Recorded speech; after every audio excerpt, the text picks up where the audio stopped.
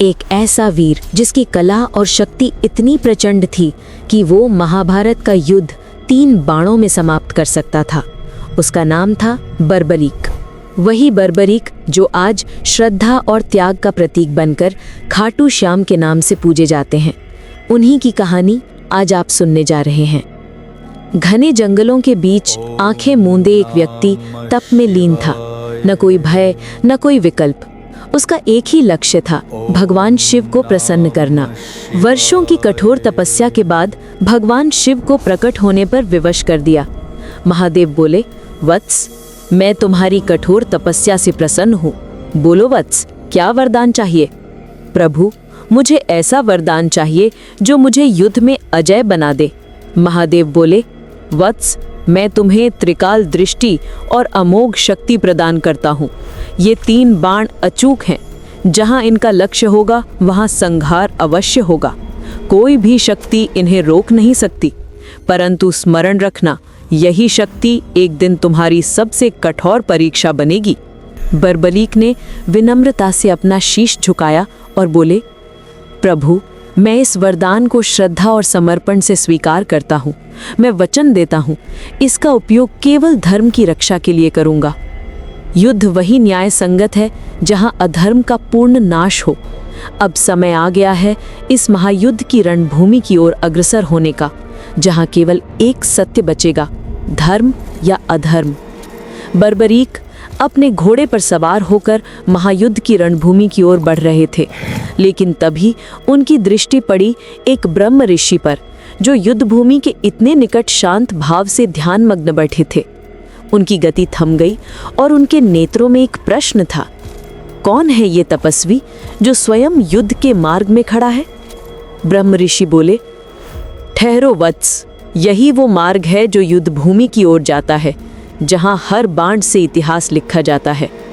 बर्बरीक बोले, पितामह, मुझे युद्ध की रीति भली भांति ज्ञात है।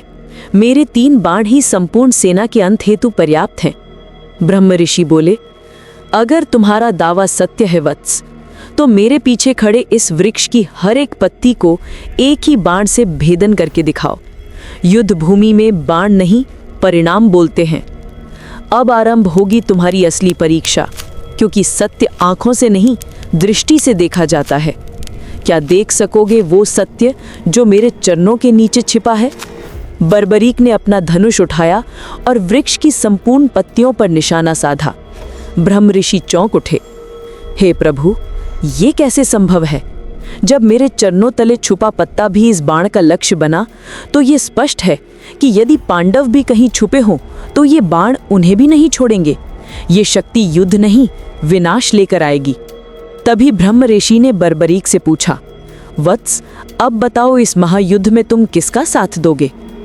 बर्बरीक बोले, अपनी माता को दिए गए वचन के अनुसार मैं सदैव निर्बलों का पक्ष लूंगा।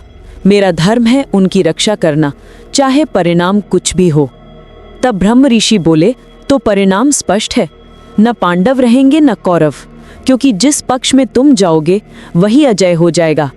और जब कोई विजेता निश्चित होगा तो तुम्हारी प्रतिज्ञा तुम्हें पक्ष बदलने पर विवश करेगी और अंततः इस युद्ध में कोई शेष नहीं बचेगा। ब्रह्म ऋषि बोले, क्या जाने से पूर्व इस वृद्ध को एक दान नहीं दोगे? जो भी आप मांगे ये बर्बरीक आपको अवश्य देगा, क्योंकि आपके चरणों में उसका सब कुछ अर्पित है।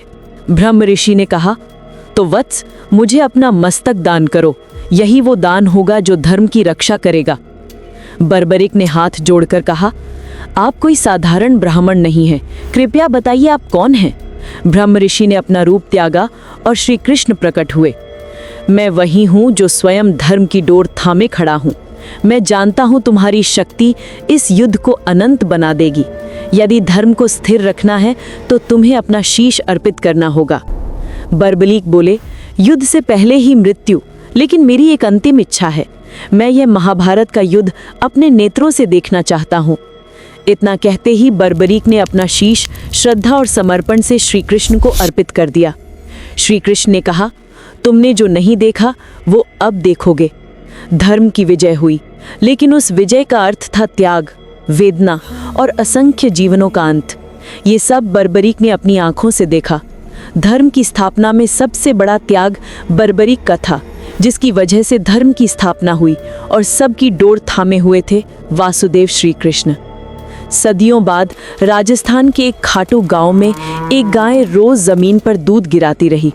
खुदाई हुई और धरती से निकला बर्बरीक का शीश। वहीं बना खाटू श्याम मंदिर। आज भी लोग कहते हैं, हारे का सहारा खाटू श्याम हमारा। जो टूट जाते हैं, थक जाते हैं, वो बस एक बार श्याम बाबा को पुकारते हैं तो रास्ते अपने आप खुल जाते हैं और विश्वास सच में सच हो जाता है।